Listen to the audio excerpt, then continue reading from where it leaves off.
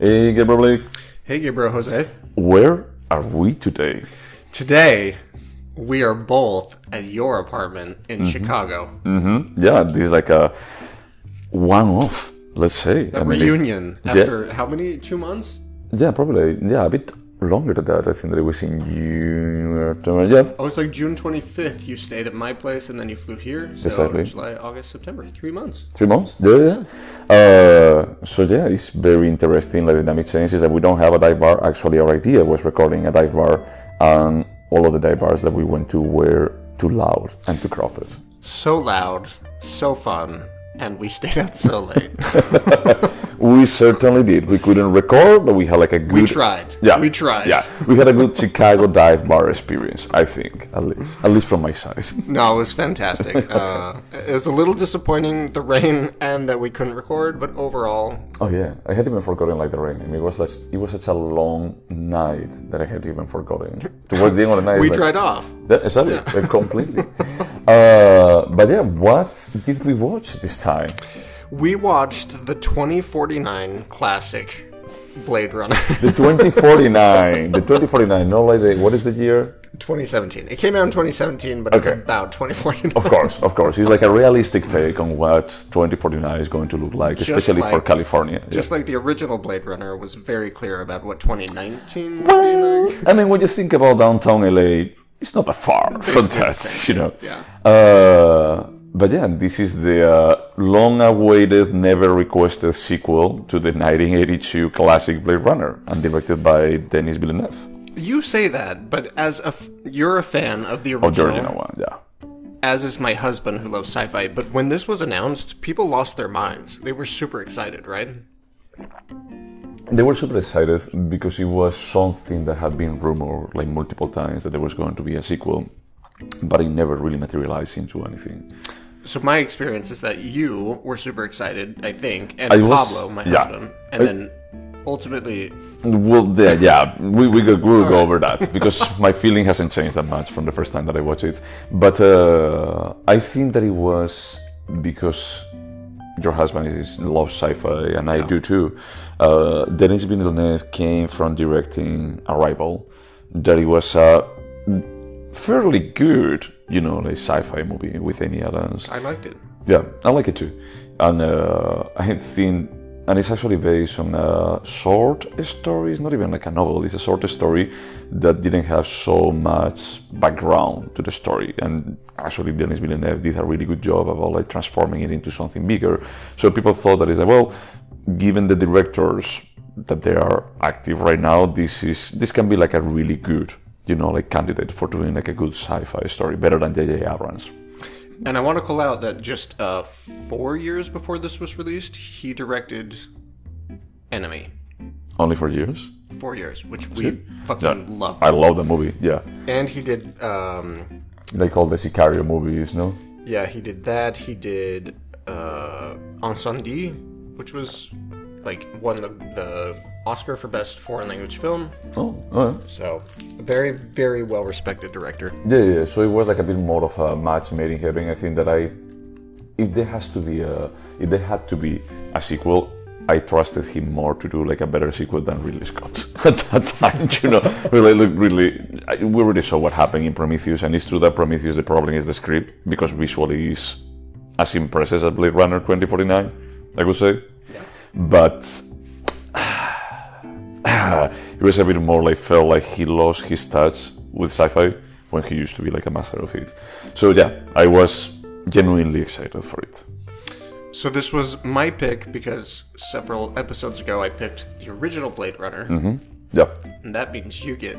God. You get to synopsis. The honors of summarizing this almost 3 hours of epic sci-fi story. So I'm pretty sure that I'm not going to be doing too much justice to this, but basically the story follows, it's a direct sequel, like 29 years or pretty close, 30 or years. 30 years. Yeah. I don't know. Yeah. I can't remember exactly when the original Blade Runner was. Was it 2019, 19, 2021? I think. Yeah. I think it was 2019 because people made like a big deal on social media about like, oh my god, we're like just going over Blade Runner, there are no flying cars. Yeah, that's That's what sci-fi is about. It's not about like we're going to get there and we're going to get this. So yeah, it follows like 30 years in the future, the original movie, and it follows Ryan Gosling, that is a Blade Runner. So basically, an agent of the police force that hunts down rogue replicants. And he's actually basically they're focusing on retiring an old line of Nexus replicants. Nexus 8, when the original movie were Nexus 6. The Nexus 8, they no longer have like the aging problem, is that they actually can extend over the 2 years. Yeah, they can live longer and they're not dangerous, or they're no what? Dangerous, like there was something about them like not being able to like they're very submissive to humans. They didn't fight against humans at all. Supposedly, yeah. But it's like some of them, they go rogue, and because of a collapse in society in 2020, conveniently just 1 year after the original movie, the corporation, what was the name of the corporation originally? Starts with a T. Tyrell Corporation. Yeah. It went into bankruptcy, they disappeared, but then there was another corporation that started from the assets of that one, that they took over all the business and they started doing like new replicant models. And who was the CEO of that new corporation? It was Jared Leto, no? Yes, it was. God. Blind Jared Leto. Look, this movie, there is a lot of stuff. Let me just summarize. I'm going to be like just giving like the glimpse of it. It's like actually Harrison Ford, Decker character, and Rachel, the replicant that they run away in the end of the movie, they have a kid that is supposed to be impossible for replicants. At the same time, Ryan Gosling is led to believe that he is that kid. So there is like ton of dialogue about like you have a soul because you were born or you're not. Does it matter? Does it not? What is the difference between humanity and replicants? There is a love affair with a hologram, and at the end they find the daughter. That is not a son, it's a daughter. He feels disappointed, but at the end he makes like some terrible random choices, and he reunites Harrison Ford with the daughter.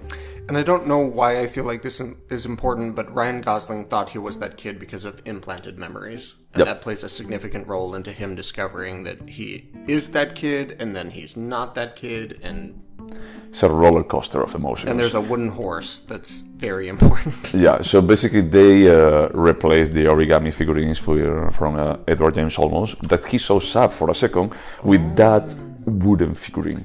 Yeah, that is about identity. Origami. Yeah, so I think that there are like several big problems with this movie. Aesthetically, I think that is amazing. They go to Vegas, that is seeing all that desert part. I felt like that big set is amazingly realized. I think that when I saw it on the cinema, I was like, wow, this is super gorgeous. And even remember like liking that scene with the holograms in the Vegas casino, with Elvis, Marilyn Monroe, and all the show goes. I felt like this is gorgeous on a large screen. I do want to say that because I'm in the minority, I wasn't the biggest fan of the visual aspect of the original film. Oh, okay. But this is exactly my aesthetic. Like, I love it. It's just minimalistic and, like, ugly in the most beautiful way. Well, it's not that gritty or dirty. Everything is, like, just dirty, minimalistic. Exactly, yes. My aesthetic. But at the same time, I feel like it's more fake. It tries to be a bit more trendy, when I actually, the original one felt more organic, from my perspective. I agree with that completely. Yeah. I just like the second one better. The way it looks. Yeah, and from the perspective is just looking at something, not about like the world building or the coherence of what they are depicting on the screen. I agree with you. It's like, this is gorgeous. Now, when you start thinking a bit more, it's a bit more like, well, you do this kind of cleanliness, this weird cleanliness, that when you actually have some dirty on the screen, it feels out of place. Like, for example, when he goes up the stairs and there are like plenty of people in his apartment building, it's like, we don't see that amount of homeless people in almost any other point, or dirtiness, even when he's on the street and the prostitutes like go to him. It's like, it feels like multiple kind of walls in just a single movie.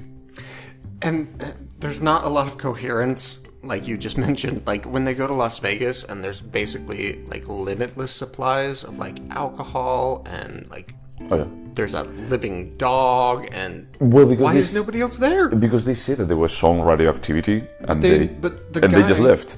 But the guy that Ryan Gosling takes the wooden horse, and he's like, "Where did this come from?" And he's like, "He came from Vegas." He's like, "It used to be radioactive. It's not anymore."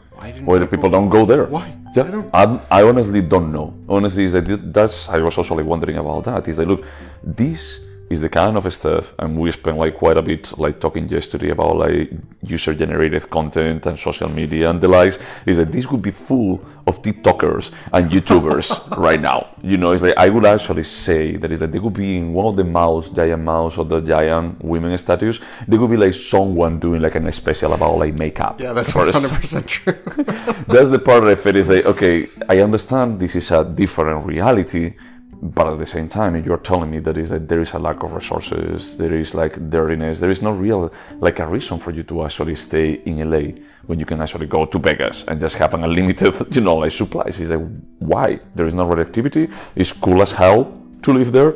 It's like, why would you do it? Why? There's like high-rise hotels, luxury hotels. The people that are following Deckard and what is he called? K. Yeah. Like, Joe. There's like no they have no problem following him there, and they just but that actually drives to my main problem with this movie is like, besides, I think that it's all over the place and the script is a mess. It tries to be like sometimes like extremely epic about like the importance of this story, and other times it tries to be like an insightful character study. Yes, you brought this up like yesterday or the day before. There's a point in the script in the film where Ryan Gosling figures out he's not the kid. Mm-hmm. He is a replicant, but he has these memories.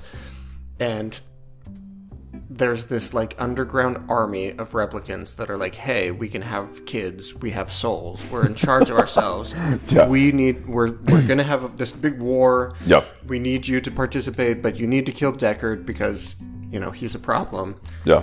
And you think that the film is going to this like epic like clash of civilizations, and then Ryan Gosling is like, fuck you, I'm going to just drive Deckard to his daughter. His kid. Yeah. And he dies so that Deckard can see his kid. Well, we don't know 100% if he dies. He's like just laying below the snow, like having an insightful moment with a wound. But it's a guy that actually just even literally glue himself in the past. So it's a bit more like whatever. But it feels like the film is going in this direction. Oh, no, it's and then not. They're like, no, this is about Deckard. It's still about Deckard. Yeah. And actually, Robin Bright, that sees the police lieutenant, like she repeats like at least 5 times about like, whoa, if that boy comes to light, this is going to be like an all-out war between replicants and humans. She repeats a lot of times. She dies. At least we know what her motivation was. But then when I think about like the new corporation, it's like, okay, you guys want the baby to come out to light. You want that war, I assume? I didn't get it. About like the Jared Leto character is like, look, I don't get this. I don't know what is the point of this. I agree. I was desperately trying to see the metaphor, like the commentary, and it was like, I think it did lose some of the significance that the first film had about like, what does it mean to be human? What does it mean to not be human? Yeah. And they tried to continue that idea, and it just... But they did it in a bit more of looking at the camera, and just trying to be like metaphysical. It reminded me to Matrix 2 and 3. That I felt is like, I always call it like, this is like Kant philosophy, when they talk about like reality and the likes. That is okay, on the first one is fine because it's mostly action, but you have like some spur of, like some brushes of philosophy and about like what reality is, how do we actually define it. In this case, I think that the original one does the same thing. It's like we're going to be like doing a thriller, we're going to be like doing a noir movie, and we're going to be like doing some brushes about like what it means to be human. In this one, they actually, as they had almost 3 hours again, is that they had like scenes that they are like just staring at each other and saying, it's like, you don't have a soul because you were not born. But what is the importance of a soul? And might you have a soul if you were born? And if you weren't born, do you have it? Yeah, And does what's it the matter? difference? And does it really matter? Because you're getting along fine without one, if you ask me. So I just feel it's like, okay, I understand it. That was like a bit of the subtext on the original one. But it's that you made it to take a centerpiece, and I think that you didn't actually drive it anywhere. It was a bit more like, hey, we're going to be like talking about this. Is there a reason for doing this? Or is it only because you know that people regard the original one for the subtext that it had? And that's what I think is what they tried to do, and they failed ultimately. Yeah, I think that it's a movie that it actually just pays the price of trying to live up to the original one and not knowing exactly what direction to go with it, and just focusing on a single one. And I do want to comment on the direction. Like, the pace is so slow. It's so slow. I told you yesterday that just as an experiment, there was a very slow scene, and I jumped forward like 10 seconds, like 4 or 5 times, and it was just Ryan Gosling slowly approaching The furnace. the furnace where he finds the wooden horse, and I was like, there's no reason for this to take like 90 seconds. It's introspection, man. It's introspection. It's character development. And I'm sorry for saying this, but I'm starting to think that Ryan Gosling is the counterpart of Jessica Chastain. You know, he's a sci-fi bimbo in this movie. He's like, and I don't know exactly if I could say that even Jessica Chastain is a better actress than he's an actor, you know. I just strongly disagree, but that's fine. That's neither here nor there. But no. Okay, we can actually just disagree on the generalization. Do you think that he does a moving character? Do you feel involved with Kay? No, but I don't think that's Ryan Gosling's fault. I mean, think about him in Drive. You know that I don't like that movie, and I think that he does exactly the same role about like, I cannot have emotions, but I'm going to look like super cool and super handsome. Blue Valentine was fantastic. You loved La La Land. I love La La Land, but I also think that if you compare Emma Stone with Ryan Gosling, the poor guy is, well, he's not at the same level. I'm looking right now through his filmography. It's not great. No, I mean, just all the Maybe I romantic like him 'cause comedies. He's handsome. Yeah. Only God Forgives. I don't think that I was there. Oh, that's the film he did right after Drive, and it was basically the same thing as Blade Runner 2049, where it was just so slow and boring. God, look, Drive got away with it from the perspective the soundtrack was great, and as an aesthetic exercise, it worked. But I don't think. Well, I know you have issues with the hologram storyline, but I really like that actress. I think she's really Ana de Armas. Yeah.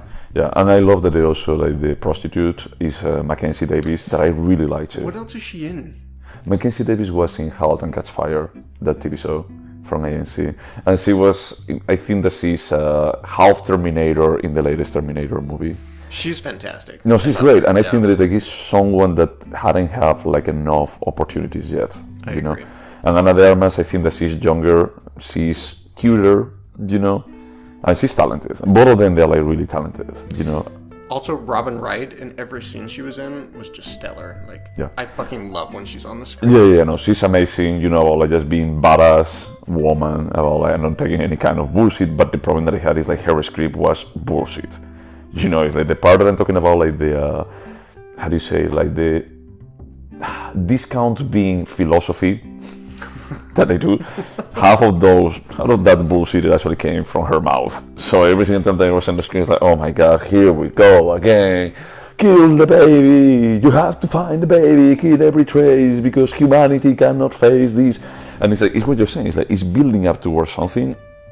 And I don't know in what world someone reviewed this script and they thought that it's absolutely fine to drop this. Is that just add 1 hour of hologram love, and then we can actually just disregard all this all-out work or having any kind of resolution to it.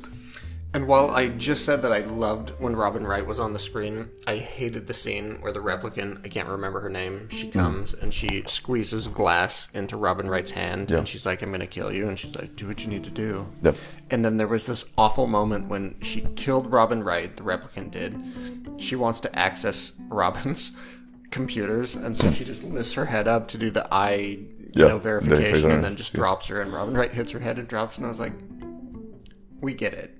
Yes, You have no regard for this human's life. Like, you didn't need this, like, gag. It was basically a gag. Yep. Yeah. Yeah, I don't know, man. And it's like 3 hours once again. It was 3 hours. Oh my god, I forgot how long this film was. So, and it was even worse in my case. I started watching it by myself in the plane, and I actually watched it. I don't know, like 40 minutes, 1 hour, and I was like, "This is not how this movie is intended to be watched." I think that is like the biggest value or the positive value is like actually the aesthetics, and it's like just watching it on a phone is like just making a disservice. You know, it's like I think that it falls like pretty flat. You know. I mean, like in this TV that is 65 inches, I was like, it could be larger. It could be like just, this is a spectacle. And then I rewatched it from the beginning on this TV. And so for me, it actually lasted like 4 hours, basically. I could not believe how long this film was. I told you that, like, I had watched half of it, and I checked the time, and it said that there was like an hour left, hour and 20 minutes left on. I thought that was the length of the full film, and then I realized that was how much was left, and I was like, no, there is no need for that. I already watched this one time. I don't want to watch it again. But just going back to specific points of the story, it's interesting that is that the hologram part is for just displaying like another layer of what does it mean to be human, because the hologram learns about humanity. It actually has like the awe of discovery when he has the emanator, I think that it was called, and he can carry the hologram with him. But I was, and just to give some context, the hologram is basically a fake girlfriend you can buy. Yeah. So he gets this product, and she becomes his girlfriend. She's not real. It was very much like Her. Is it Her? Yeah, Her. The movie that is by But she's not real, and it's like, is this relationship real or not? So yeah. And basically, for giving a bit more of reality or physicality to the relationship is when he connects with Mackenzie Davis, that is a replicant designed for pleasure, But the thing, and she's part of the network of the resistance of the replicants, because that's how they track them down, that they drop like some kind of a tracker on the jacket. And but all that the story amounts to nothing. It almost feels a bit more of a, we want Ryan Gosling to hit rock bottom when he loses joy, when he loses the joy of his life. I agree. It's basically a plot device so that he can have a dialogue that's basically with himself. So, and he also loves her. So it's like he can like just be like giving exposition without giving exposition, and then he loses her and he loves her. That's the funny thing. That's a really good point about like just having exposition without having exposition. You know that the original Blade Runner, as in the focus group, like did so poorly. Is when they change the ending and they say it's like, oh, it has a happy ending, blah blah blah. But they also added like a lot of exposition. Is that there is like a lot of dialogue from Harrison Ford, like explaining everything that it got removed on the final cut and the director's cut. That's right. There was a voiceover, right, of Deckard. Yep. I forgot that. Narrating like a lot of stuff. And it's like, now that you mentioned, they say the original work, it was like, we don't need that. It's like, this is world building that we're doing like aesthetically and with the dialogue. We don't need to do this. But it says like, no, people don't get it. People don't understand what is going on. So That's you need disappointing. Yeah. So the thing is like, now that you bring up this point, it's almost, as you said, a plot device for justifying having exposition and just having like more looking at the camera and saying that it's like, no, that you guys may be dumb enough for requiring exposition. And also the existence of joy. So when he's being beaten. Okay, yeah. So when Kay is being basically beaten to death, it looks like he's going to die. Deckard's been kidnapped, and Joy is there with him, and then the evil female replicant, I can never remember her name. The hologram is there, and she's like, hey, stop beating up my human, or my replicant boyfriend or whatever. And the evil replicant is about to destroy the ship, and the evil replicant says something like, I really do hope you've enjoyed our product. And just crushes. Destroys Joy. And I got so upset. I was like, there was no need to put that in the film. No. Well, I mean, it's as you said earlier, they go a long stretch for displaying that replicant as completely ruthless. Completely ruthless. Yeah. It's like, I get it, replicants can be bad. We just watched a movie like 40 years ago in 82 that it was about they are evil. Replicas can be evil. It's like, and now you have like this character that is equally evil. And it's like just for the sake of being evil and just being like the hand of the corporation.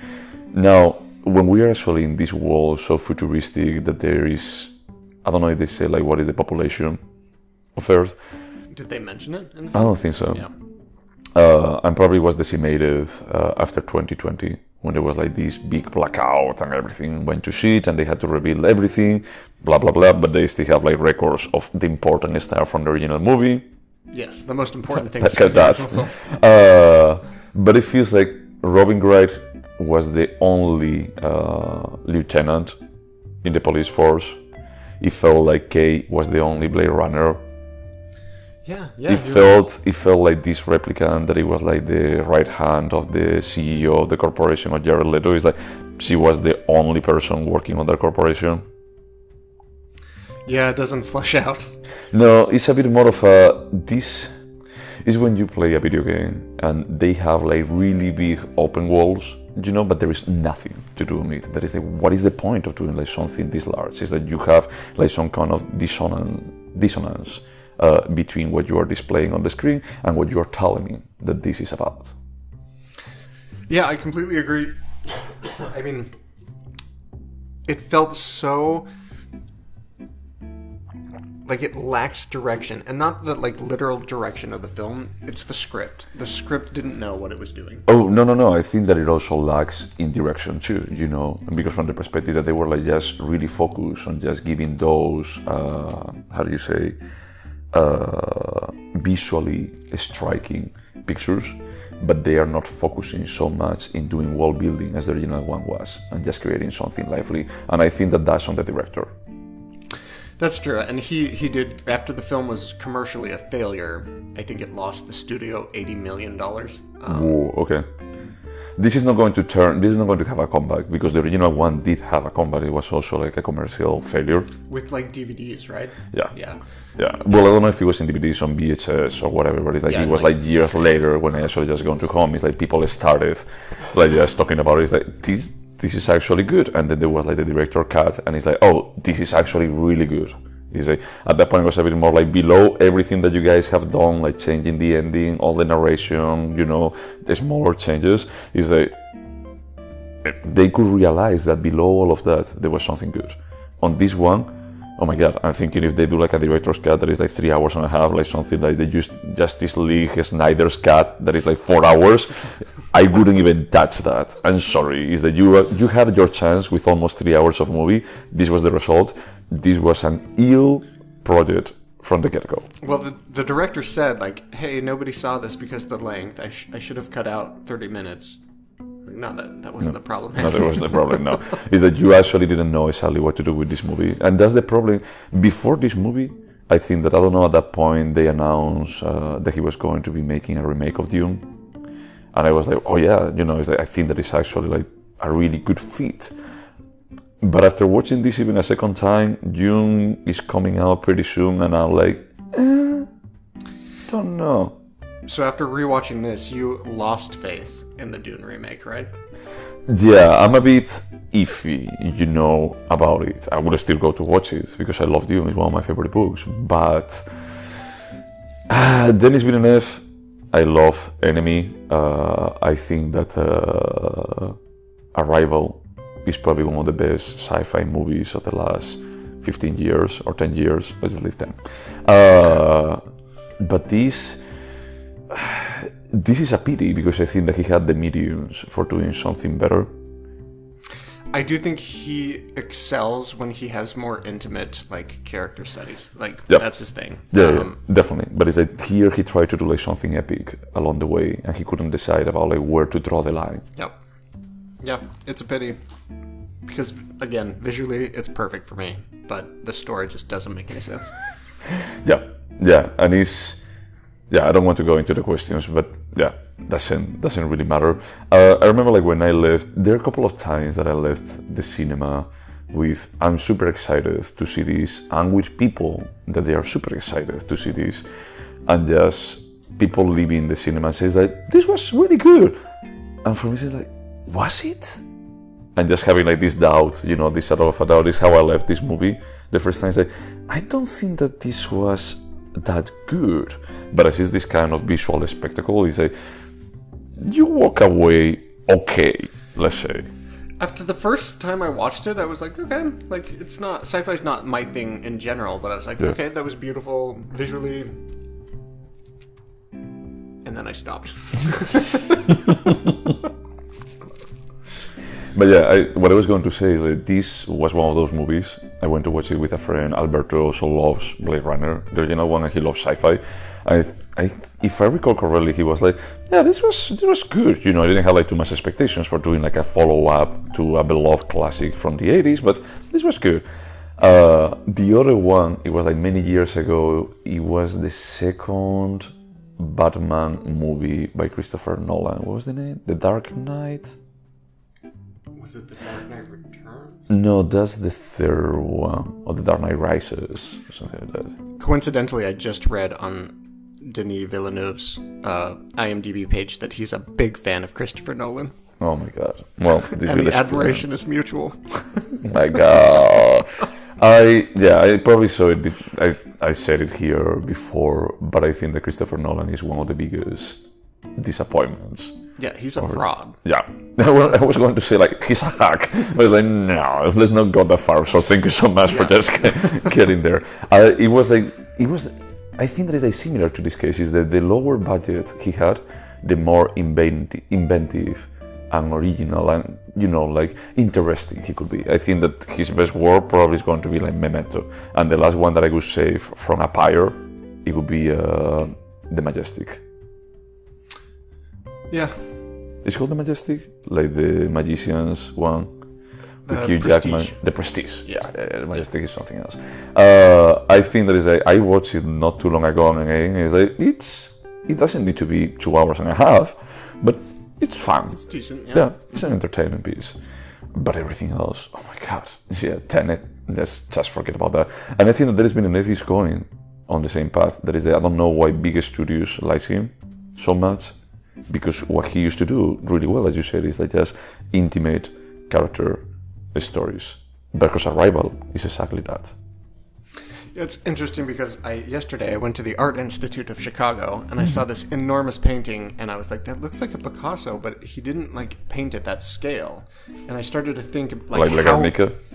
No, well, this was an enormous painting that was like modernist, and I was like, I literally started to think about how important an artist's scale is. And I think for this director, scale is incredibly important, and I'm not convinced he can do something this epic. No, honestly not. And I think that Arrival was like a good balance from the perspective, okay, there is like a larger scale about like there are aliens coming to Earth, and how they treat it was okay, but it was mostly about ambience. And I think that one was like the correct balance. But I think that this one is like, this is a mess. Is that you have like too many elements, you try to be like too epic, then you try to be like too intimate, and it ended up like being completely unfocused and partially a pain to watch with almost 3 hours. I agree, and should we go to the questions? Let's go to the questions, yeah. All right, let me open it up.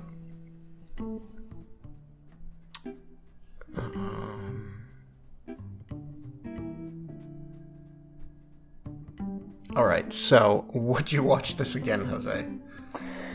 I'm going to go with maybe, because the reason I'll bet you pick it up probably was me the one that added it, because it was after years after watching it, I was curious if my take on it could be different. And I think that 10 years in the future I can see myself like talking with you or talking with someone else and saying like, a movie that I love?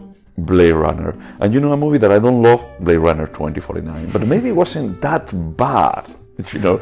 So I can see myself like, I don't know, like not guilty, but cheating myself into watching it again, and then just saying it's like, oh my god, it's 3 hours.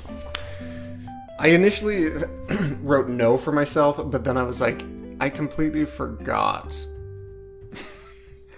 about this movie. So yes, in 10 years I might be curious and be like, let's watch that again. Yeah, but that's the thing, is like, it's a movie that in so many aspects lives by the shadow of its predecessor, and being like such an iconic movie.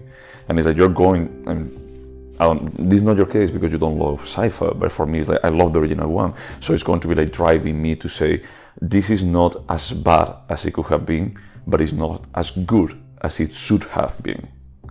So it gets into this kind of middle area that is going to be like replying another question that is like, if I'm going to remember this movie, it's like, no, I'm not, but I'm going to remember that it's in that gray area of maybe it was better than what I thought. So the question, will you remember it? Your answer is no. No, I mean, there are like too much stuff. It's like I have forgotten like half of it. The only thing that I remember is like he thinks that it's the son, and then there is a daughter, and it's not him. All I remembered was that he went to Vegas at some point and it was yellow. Oh, okay. And that was gorgeous. So would you recommend this? No, because of the runtime, and because I think that if I were to recommend something that starts with Blade and ends with Runner, it would be the original the first one? Yeah.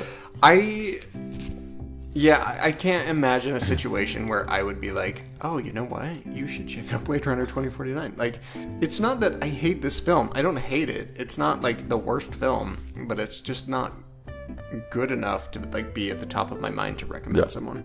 Would you recommend, I mean, I don't know, we could actually check the questions, but would you recommend the original one?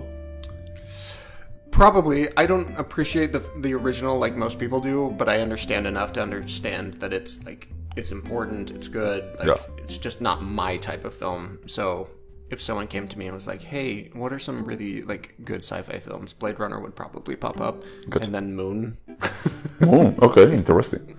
I don't know that you like it. Moon is always like the sci-fi film I go to that I was like, I really like that. It's an indie film. It makes me look cool. Yeah, it's very small, it's intimate, there's only one character. Yeah, and Kevin Spacey plays a robot.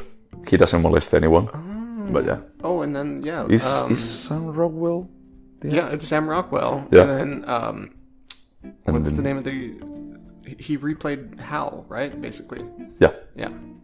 Yeah, it's a low-cost version of an off-brand. It's an off-brand. Like it's the Chinese knockoff of Hal. It's Pal. It's like the Hal that you ordered off Wish. Exactly. This doesn't look like the pictures, but it has like the winky face, and it's like, okay, I will roll with that. Good. Yeah. Is there anything artistic about it? Oh yeah, definitely. I mean, I think that is like that's the positive part of this movie. That is like artistically is really pleasing to see happening on the screen.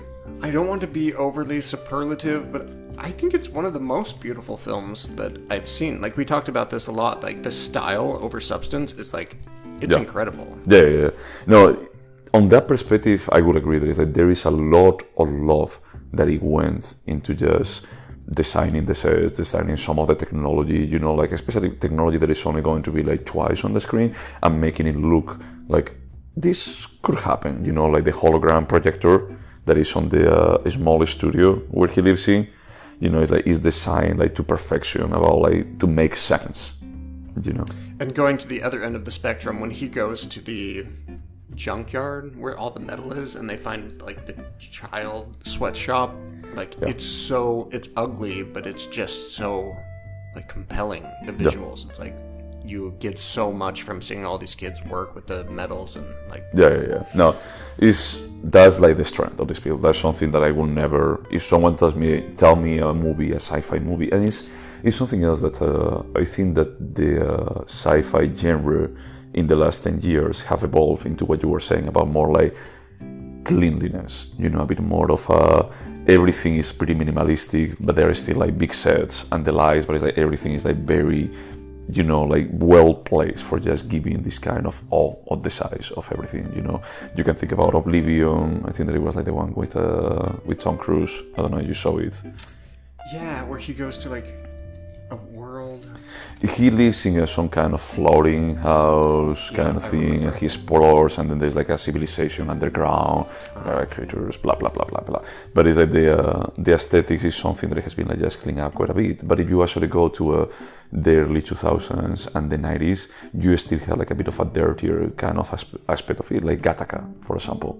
That is a movie that I love with all my heart. Oh Jesus, we should watch Gattaca. Do you like it? I love that film. Oh yeah, we should definitely. Like, you love, who was the other guy? Ethan Hawke? No. Ethan Hawke and Uma Thurman. Uma Thurman. It was Ethan Hawke, that's right. Yeah, it's amazing. I love it. I love that movie. And I watched it like only once or twice. But it's like, it's one of that. This is good sci-fi.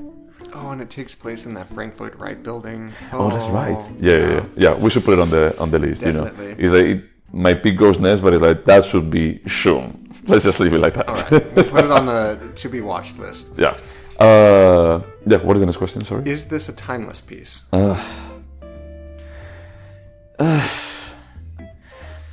mean, with the definition about like what you usually say about like, do they talk about topics that they are timeless? Is that, yeah, you can think about like Greek philosophy. It's like they were about, you know, like what defines humanity, what defines your soul, you know.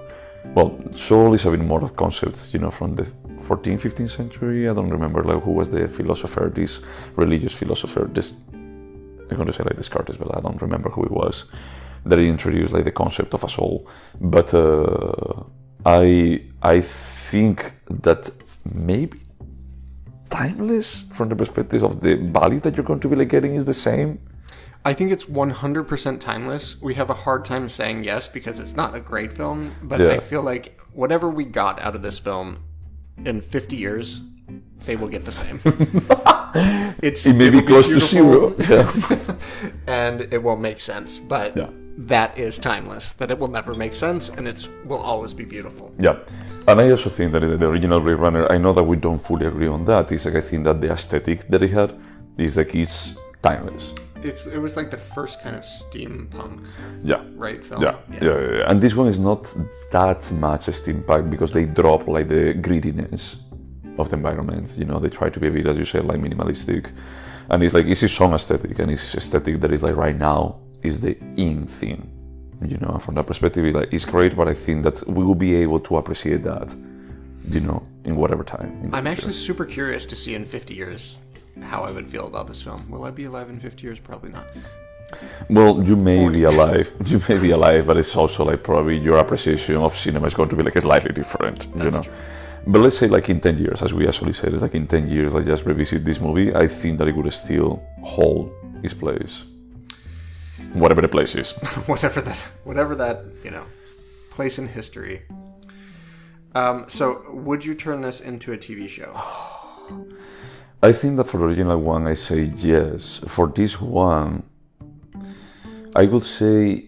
I think in this case, you have to consider both. Like, would you turn the Blade Runner universe into a TV show? Yes. Yeah. I mean, from the perspective, I think that there are like more stories, you know, and there are like many things that they mention, you know, it's like, I would like to see like stories of the collapse.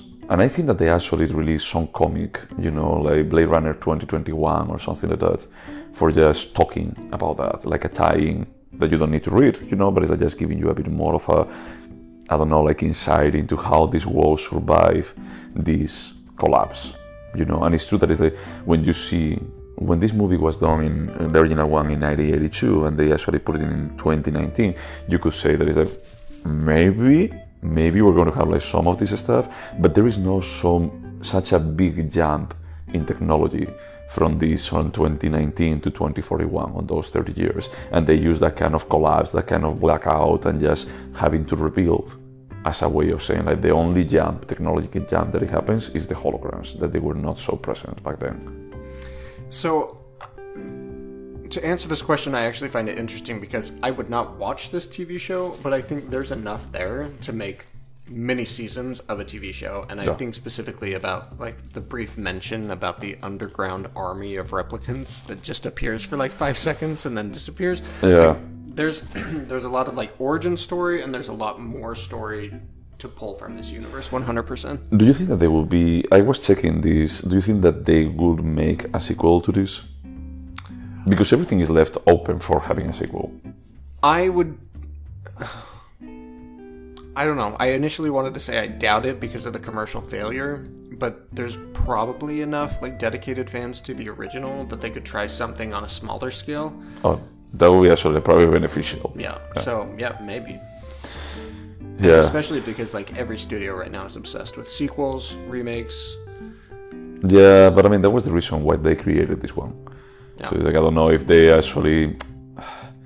this has actually revitalized the brand Blade Runner, or it has actually just sunk it to the ground. I could see it going either way, to be honest. Yeah.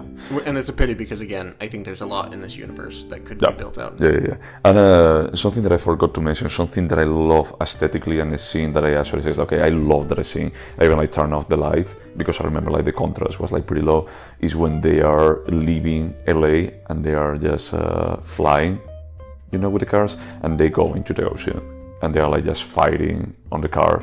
I remember just the idea when they actually go to the shore, the car he actually parks there, and I felt it's wow, this, I remember it was just very striking, the big set that they had to actually really build for actually doing that scene. Because I didn't think about that. Yeah, that whole thing is a set. Yeah, that thing has to be a set. It's not like the rest of the stuff. The Vegas stuff can be all digital. Mm-hmm. Maybe they didn't even build anything, for that. But this one is you have the water. You have to have built that, and you have to have those fights underwater. I have to say that fight is completely dumb. But it really dragged out the suspense of Deckard's getting closer and closer to being underwater. And the thing is, I wonder if he'll die. I love Deckard's character on the Unit 1. I think that he has a very distinct personality. I think that Harrison Ford could do Han Solo, Deckard, and Indiana Jones, and they felt like different characters. On this one, it felt a bit... Please just let Harrison Ford retire. It's he doesn't have a need for doing this. It's just sad. He got a couple of snarky comments that it was a bit more the spirit of Deckard. That it was the classic, film noir agent about I'm just disappointed with life because I already had too much shit that happened to me.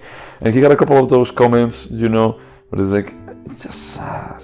I do feel as he's aged, he plays the same character. So the reboot of Indiana Jones, that character felt a lot like this character. Yeah, because he's a bit more just tired, a bit more look just...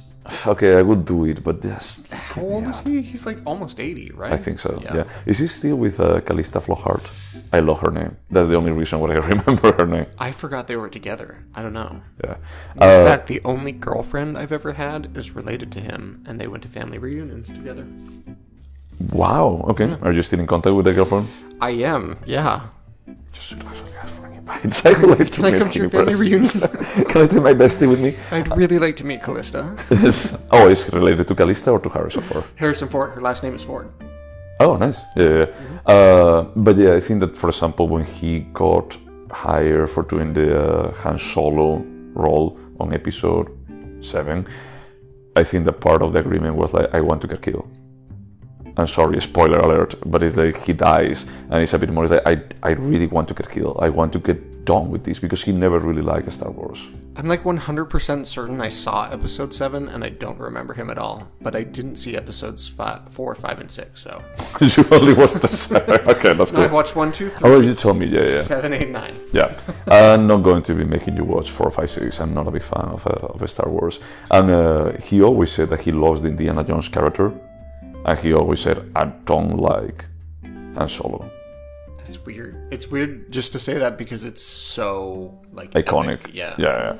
Well, I have thought this is going to be a bit derailing, but all of these movies that we are mentioning is also from the 80s. It's he became huge, thanks to Star Wars. He became even huger because of Indiana Jones, and this is a bit more of a cult classic, Blade Runner, and those 3, they actually got revisited from the 2000s onward. Yeah. It's he is the perfect nostalgic icon. Yeah, for 90s kids. Yeah. So it's and even earlier. It's just that the first Indiana Jones, the Riders of the Lost Ark, is from 84. Wow. It's 80s. It is something that I watch all of these movies, but I watch reruns of them on TV. It's almost 40 years ago, man. Yeah, I know. That's insane. Yeah. So it's he actually got dragged into, now that the studios ran out of ideas, and they need to revitalize and just use the nostalgic value, is that he got dragged into all of it.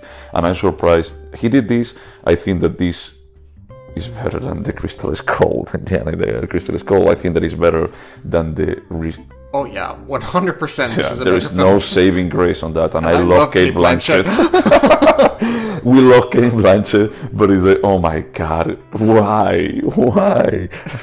And Shia LaBeouf, like trying to be like the how do you say, like the one that takes the torch, you know? Yeah, like the new. No, that movie was a complete train wreck, and I remember like I used to go to this bar where the owner used to recommend me like movies, and he was like really, you know, about like this is going to be like a good movie. And I had a recording, I wish that I still had it, that I made him, you know, him about saying that is like, tell me that you think that it's not going to be a complete turd, because it's like it's not going to be a complete turd, but everything was pointing to that. And it's like, I am Alberto Abuin, I think that was his name. It's like, Alberto, you're listening to us, I would be like really surprised, but hi. And he said that is like, this is this day, Indiana Jones and the Crystal Skull is released in 2 months, is not going to be a complete turd. And I remember like just like recording for him like after the release like several times, every single time that I was going about, do you remember this? Do you remember this? Do you remember this? He said, it was not a complete turd because Kate Blanchett was good. And I said, dude, that's no. Even she's fantastic, and she was not great in that film because of the script. Yeah, no, because of many things, but we're not talking about it. So I just feel like Harrison Ford got dragged into this. He does okay, but he's an 80 years old guy doing this. He is. I actually just pulled up his filmography, and I was in love with 6 Days, 7 Nights. Okay. As a teenager. What Lies Beneath, I forgot he was even in that. It's not like he doesn't have work. I don't think he had to do these things. I think he did it for the money. I think so too, you know. I mean, the thing is that probably the reason why there was not an episode 7 for a very long time is because Harrison Ford didn't want to be on it. Is that he was the only one of the whole cast that he had a career. You know, it's like Mark Hamill. Mark Hamill, he actually does like a lot of voiceover. And I think that Mark Hamill is a super cool guy. You know, he does like a lot of nerdy stuff. But Carrie Fisher, yeah. Yeah. I think that everyone else would be like completely down for doing this. Like, oh yeah, please, let's just do it. And he was like, I don't want to touch this shit. But wasn't it? I'm sorry, I'm blanking on the name of who owned Star Wars before Disney. George Lucas. Didn't he not want to mess with the universe? He did episode 1, 2, and 3. Is that, do you think that he was not willing to mess with the universe after doing that? Yeah, you're right. I think that maybe he was a bit more like just saving it.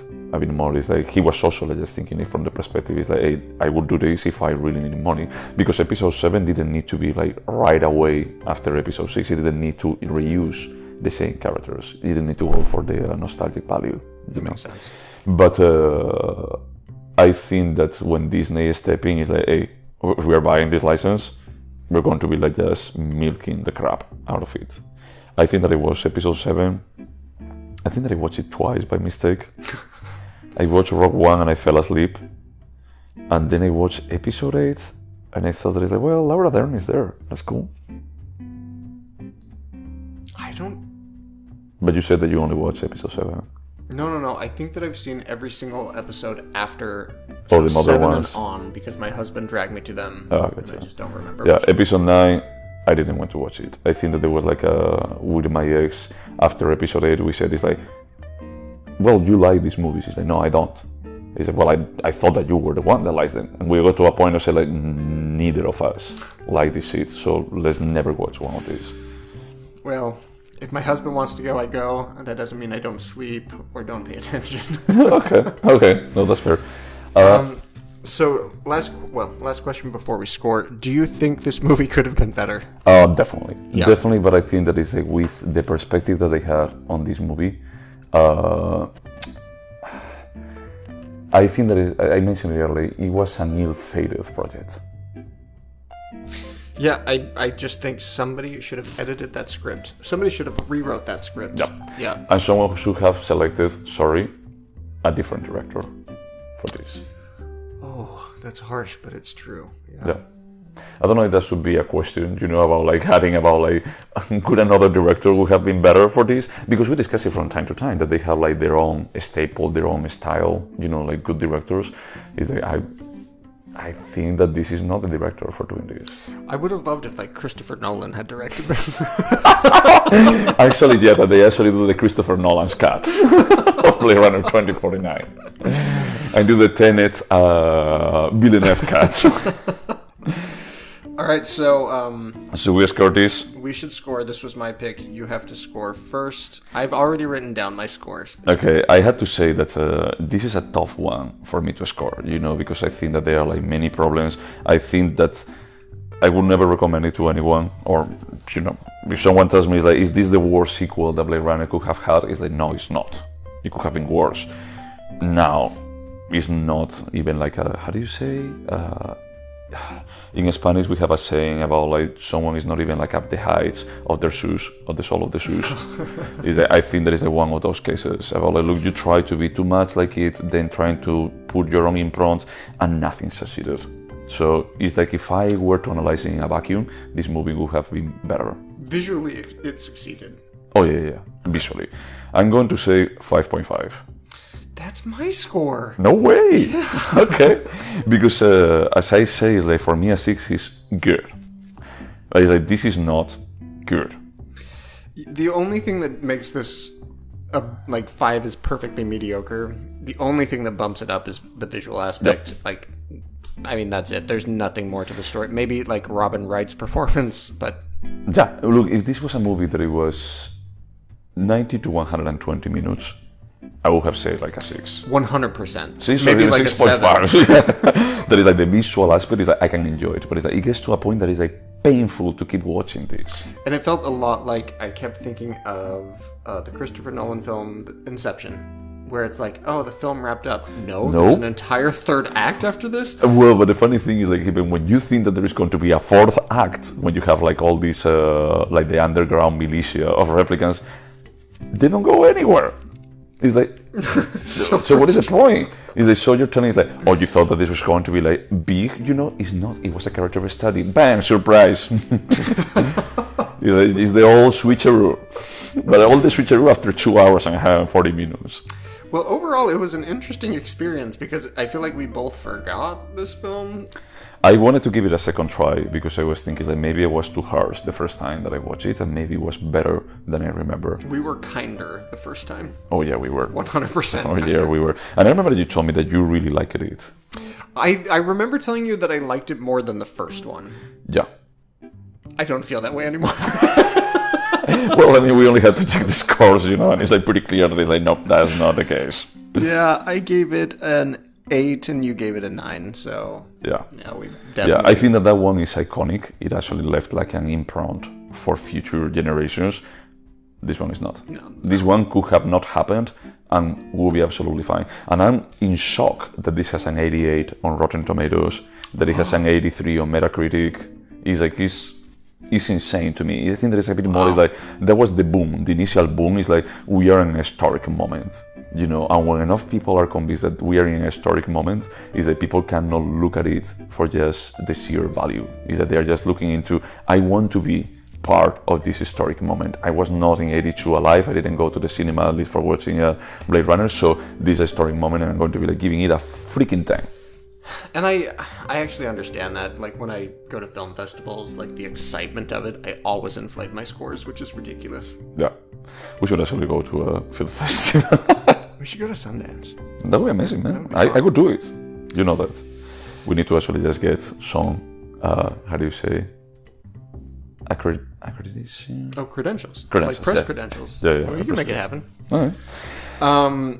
So this was my pick. That means you get to pick the next film. Oh, yes. What are we watching? So next, I want to just take like a complete random pick compared with this. And as there is a new season, that is the final season of Pose coming up, I wanted to see like what inspired Ryan Murphy for his like, oh, you have zero creativity, so we're going to watch Pose, the movie, like recorded like 20 years earlier, that is Paris is Burning. I can't wait. I know how much you love Ryan Murphy. Yeah, so, it's one more opportunity to actually just talk to the clouds, like scream to the clouds about like what a genius he is. Right, well. And to everyone that put up with us, that this actually is, oh my god, it's 1 hour. At the end, I thought it was going to be like a relatively short, but it's like, we made the same mistake that Denis Villeneuve did. Sorry. Yeah, we'll try and edit next time. Exactly. And to everyone that put up with us, thank you so much for listening. Wash your hands, guys. The Delta variant's no joke. Yeah, it's not going anywhere. Bye.